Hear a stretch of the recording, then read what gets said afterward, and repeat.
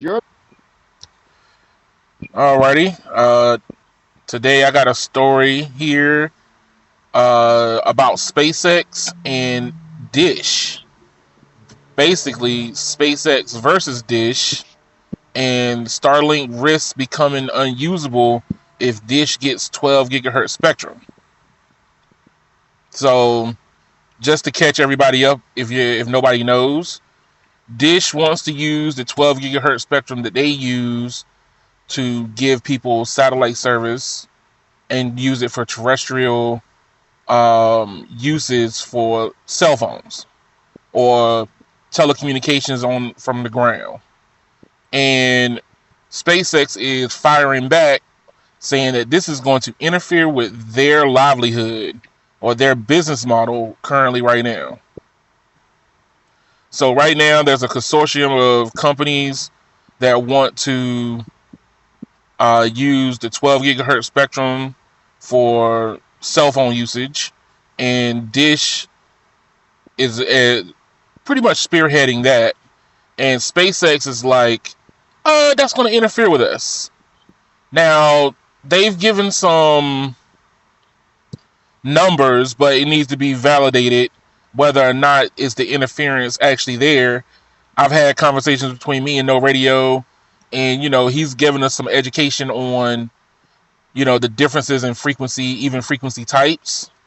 So in theory, all this should never interfere with each other, but yet Dish is still pushing forward, and Starlink is crying that this is going to interfere with their ability to um, be viable. I think that it does interfere with their ability to be viable, but not in the way of interference. That's just from my point of view. Um, how do you feel, Brandon? If you're still there, I honestly feel that Elon Musk will buy Dish Network if he doesn't get it his way, and he you think will he's just gonna buy him? because he I tell will you, Brandon's buy answer to he, everything is He fire. ain't Just lying. He buy got the him. money. Just he buy will He him. got the cash dollars. no, hold on. He will buy and he will shut down the TV and then sell it again in about 10-15 years. What? Oh Just yeah, I to agree just to with keep that. the 12 gigahertz spectrum from even becoming terrestrial? Yup. Mm. No, because what He would will have to happen is buy, the FCC would use, have to. will sell. The problem is it's the FCC. It's the Why? FCC that gets to locate the spectrum. It's not Elon Musk that gets to do whatever the hell he wants. But why? But okay. So why would you? So why would you think that this is be wrong? Because that if buying a company, you would think that it's still wrong. I think that I think that what Starlink wants is to be able to have little mini dishes all over the place and giving you internet service that way on top of your car, on top of the hood of your car, on the rear part of your vehicle, so you can drive around and use their service. Bro, But we but here's what Dish interferes with that. I don't And, think there is any is so there is interference with Dish's well, here's the spectrum thing. and Starlink. So the conversation that we had about a couple videos ago, was the way that Starlink or just satellite in radio waves come from the satellite down to Earth, right? So the way that No Radio explained it was what they call like cylindrical radio waves. So they're in a spiral when they're coming down from the satellites. Circular reticulation or circular polarization, whatever you want to Circular call it. polarization And then you versus got linear linear. polarization. Now So the from what thing I understand, is they shouldn't interfere. They should not interfere with each other. Uh-huh. But not Dish, but what Starlink is claiming is, as you get closer towards a tower, the interference grows. now, I want to remind you something, Keon. When we were talking about it, I was referring to satellite TV interfering with terrestrial cellular, not satellite internet. Now, with that being said, I don't know what type of polarization Starlink is using. Okay, So let's make sure we talk about that. I right. don't know that. All So right, so we we don't. didn't switch So we subjects. We weren't officially we talking about officially Starlink. don't know what type of polarization Starlink And uses for their receivers. Honestly, that's on Elon just buys everything. Like for example, uh, Twitter, the whole Twitter deal. He said he would back out if they didn't give him like certain data. It's like if he doesn't get what he wants, he won't buy it, or he will buy it. Oh look, They, that's That's a story for another day. But I can tell you this my thing is much. that's I like I hold think up. That's like every merger, every buyout. There's always negotiations. There will never yeah. be a buyout that the company will be like, no, I want $5 million. The other side will be like, no, I want 6 million. And there'll always be negotiations. Like Elon wants certain data from Twitter, and they won't give it to him, and he's like, "Oh, I may back out if they don't give me what I want." Well, it's the The thing same is, premise. It's the same premise that you work under any company that wants to try to have more leverage over another company or another entity that wants more leverage over another entity.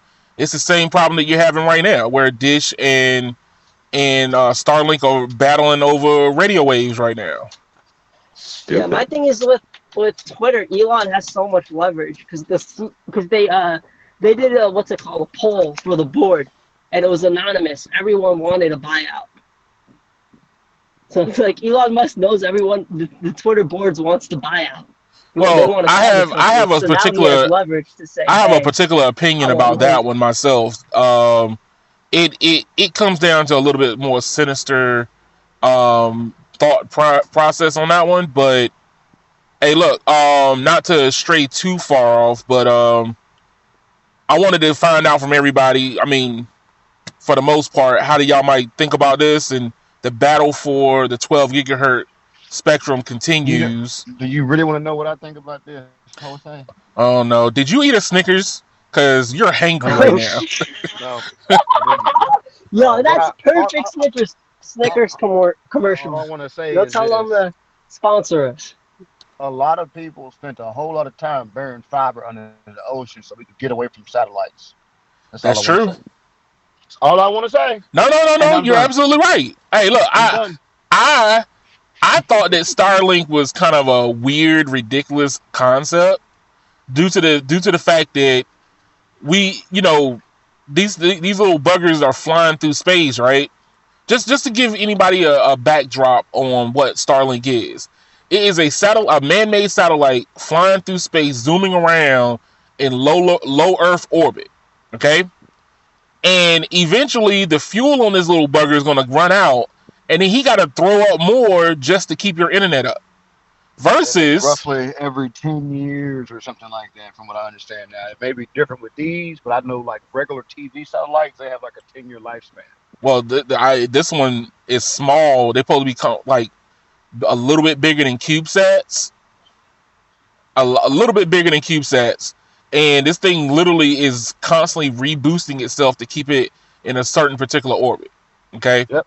now the whole idea behind fiber is you bury it, It's you 22 damn feet near long. forget it.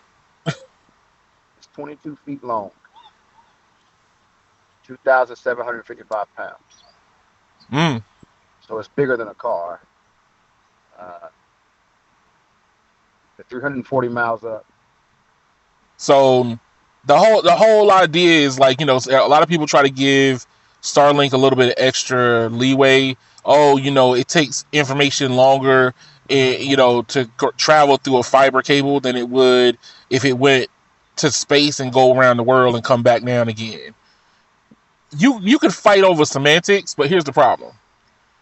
What happens when you lose communication? Or let's say we're not talking about Starlink itself, because they're going to put their perfect conditions anywhere and everywhere. But what about the end user? A tree, a hedge, even just throwing something over top of it, and you can just block your neighbor's internet for just being cruel. You know, these things are going to matter. And then now people want to be able to strap them to the hood of their car or the top of their car and drive around with it. That's what people want. They want internet on the go.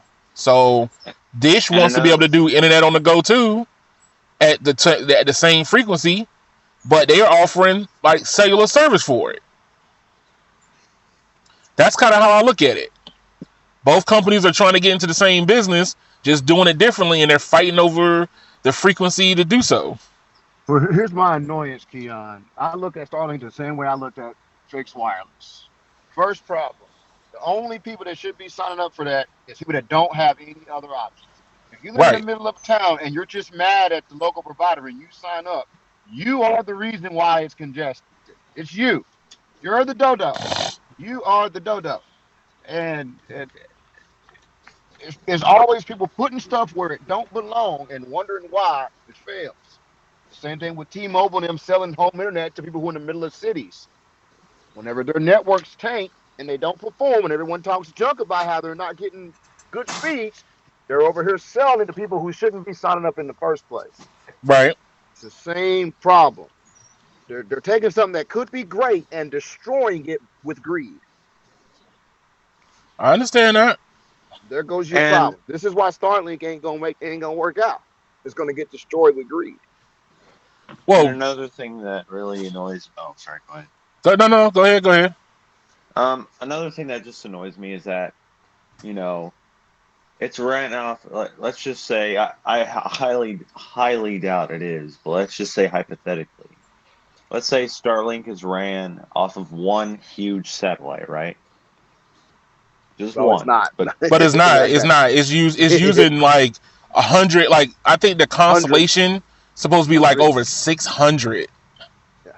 Like over well, let's 600 just satellites. That's going to be zoomed across the planet. well, Now, let's Actually, mind I just think you, it might be more than that. It's supposed to be over a now mind thousand. you, there's probably more cell sites in a large city. So just remember this. And we're talking about a whole planet being covered with a couple hundred satellites. Think about this. Go ahead. it should. I'm just saying hypothetically. Let's just hypothetically, like if that wasn't the case, and Starlink was ran by a massive, like a huge satellite that was so big that it put 1,000 into one, right? Okay. Let's just say it's like you're in the U.S. and California, and then it floats all the way to Australia. That ping time is going to suck because it moved. That's the problem. Well, Well, no, now no, here's no, the no. thing. Now there's a reason for this. Okay, so just to give you an idea, so the reason why HughesNet is not any good is because the placement of where the satellite actually sits. So it's in what they call geosynchronous orbit. Yep, 26,300 miles. So geosynchronous puts you farther away from the planet. I think, like you said, it's absurd distance, but it always circles the same spot no matter where you are on the globe. Yeah, it doesn't move at It all. moves with where you are. It stays in the Where same the spot. If you go space, out in your yard and you point at it, it never moves. right? Relative to you, it never moves. But the SpaceX satellites are 300 miles up, and they're zooming over your head constantly, over and over and Yep. over and over again. There's a whole bunch of them, and they're supposed to be kind of like a internet And, web all over the and top of your basically, head, they're handing you off like cell towers. right? Yep. So the idea is as you get closer towards the node, which is AKA the satellite Link. itself, you get better pings. That's the reason why they're getting sub 30 now versus HughesNet, which is like sub 200. So Just moving it's in closer gives you faster pings. Not Yep. necessarily crazy high speeds, but you get better pings, which means that you can do a lot more with that service than you would have if you were using HughesNet. So just to yeah. kind of give you an idea, like that's the reason why Starlink was proposed and brought into existence is to bring actual internet usage to real world scenario. HughesNet is not Meaning, real world. That is break glass in case of emergency. well, see, what's my thing How though? bad are the pings? Starlink should only be for break glass. That's the problem. It That's what the should. Yep. problem is. It should only be for people. The point of Starlink was supposed to be to bring internet to places that running wires there would never be fathomable. That's what it was supposed to be. Yet they're letting people everywhere. Yeah. It, Oh yeah. Hey, look. Here's the thing. my, It's that's the about problem. it's about the level of novelty, right? the more people want to get something, the more people that are end up going to cause it to have more problems than what it would originally had. So instead of saying, "Hey, look, you know what? Starlink is relocated to your address and where you live," they're like, "Yo, now you can just try to sign up and hope for the best." Capitalism, gotta love it. But that's just kind of what's going to happen is as more people start getting on it, the more fear that SpaceX is going to have for a dish that wants to use the same frequency to use it for their terrestrial uses. It kind of make Oh it my. literally almost makes Starlink irrelevant. My thing, I had a quick question was for Starlink, how bad are the pings? Is it Starlink's like pings sub? is like sub 30. Oh, that's not bad for terrestrial. No. That's I not bet the. terrestrial. That's satellite. It's I mean, sub for 30. satellite, it's not bad compared to No. like. I bet I've seen HughesNet and Bias at over 100 pings. Yeah, Yeah, but I'm saying Oh, that ain't what the issue was. five to The issue ain't the seven. pings right now. The issue is it ain't performing because there's too many Yeah, people on I them know it's already. ain't performing. I was just wondering So what the pings are. yeah, and what I'm getting at, if the ping was 60, that's better than people who can't even get DSL. You Yep. see what I'm getting at? They can't get right. nothing. So, But which is see, here's the why thing. I'm But now you got fixed fixed wireless. wireless jumping into the mix too. Fixed wireless is going to kill them anyway. That's the in rural America. They're going to kill them anyway. It's going Oh to yeah, offer fixed more wireless is stable gonna kill speeds. them. Yeah, that's what I'm saying. Now in the city areas, they're both doomed. Oh, 100% agree with that. In the city, they're both doomed. But in the rural, fixed wireless is going to kill them there too. My Right? thing is, if you have fiber, there's no point of getting fixed wireless. So think about it like Zero. this, guys. Fixed No, wireless, you don't need line of sight. You still need line of sight for Starlink. It means if that's you're in true. a real rural place and you got a bunch of trees around your property, fixed wireless is still going to work. The Starlink ain't. That's By true. nature, it's gonna work better Oh by yeah, you nature. need Mm-hmm. line of sight crap, right? Yep. You got to have a view of the sky. That's the Well, bullshit. the conversation continues. Yeah.